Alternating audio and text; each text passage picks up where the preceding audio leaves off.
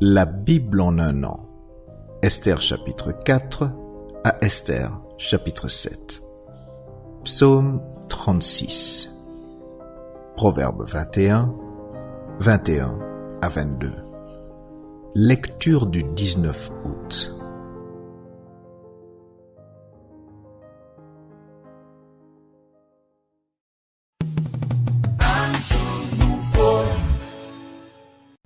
Un Corinthiens chapitre 12, versets 1 à 26.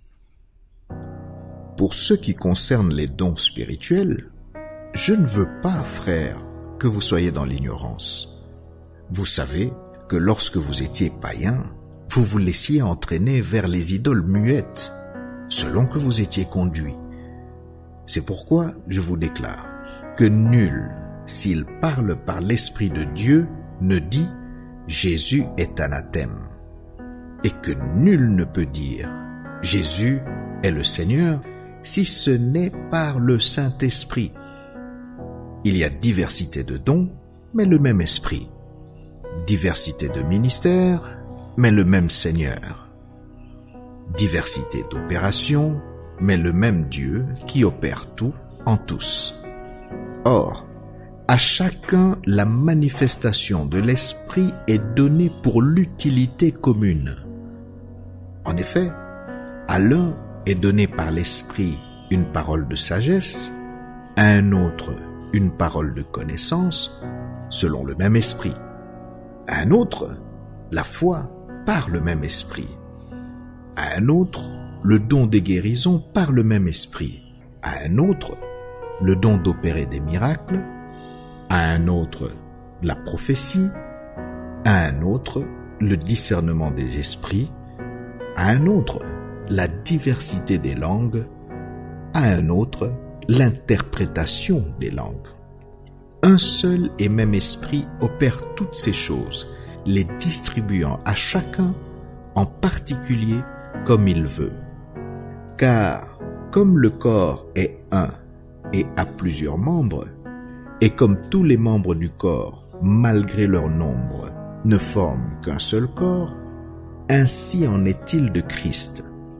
Nous avons tous, en effet, été baptisés par un seul esprit pour former un seul corps, soit juif, soit grec, soit esclave, soit libre, et nous avons tous été abreuvés d'un seul esprit. Ainsi le corps n'est pas un seul membre, mais il est formé de plusieurs membres.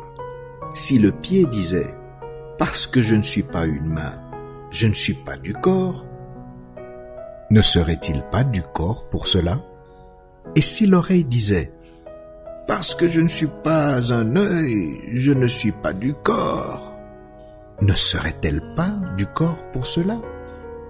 Si tout le corps était œil, où serait l'ouïe? S'il était tout ouïe, où serait l'odorat?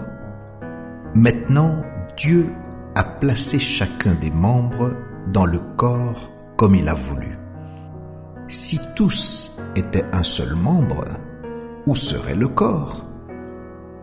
Maintenant donc, il y a plusieurs membres et un seul corps.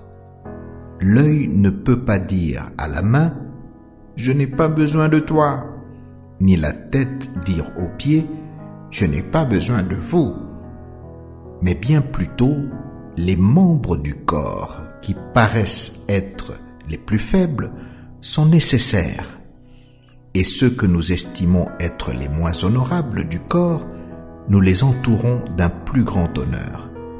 Ainsi, nos membres les moins honnêtes reçoivent le plus d'honneur, tandis que ceux qui sont honnêtes n'en ont pas besoin. Dieu a disposé le corps de manière à donner plus d'honneur à ceux qui en manquaient, afin qu'il n'y ait pas de division dans le corps, mais que les membres aient également soin les uns des autres. Et si un membre souffre, tous les membres souffrent avec lui. Si un membre est honoré, tous les membres se réjouissent avec lui.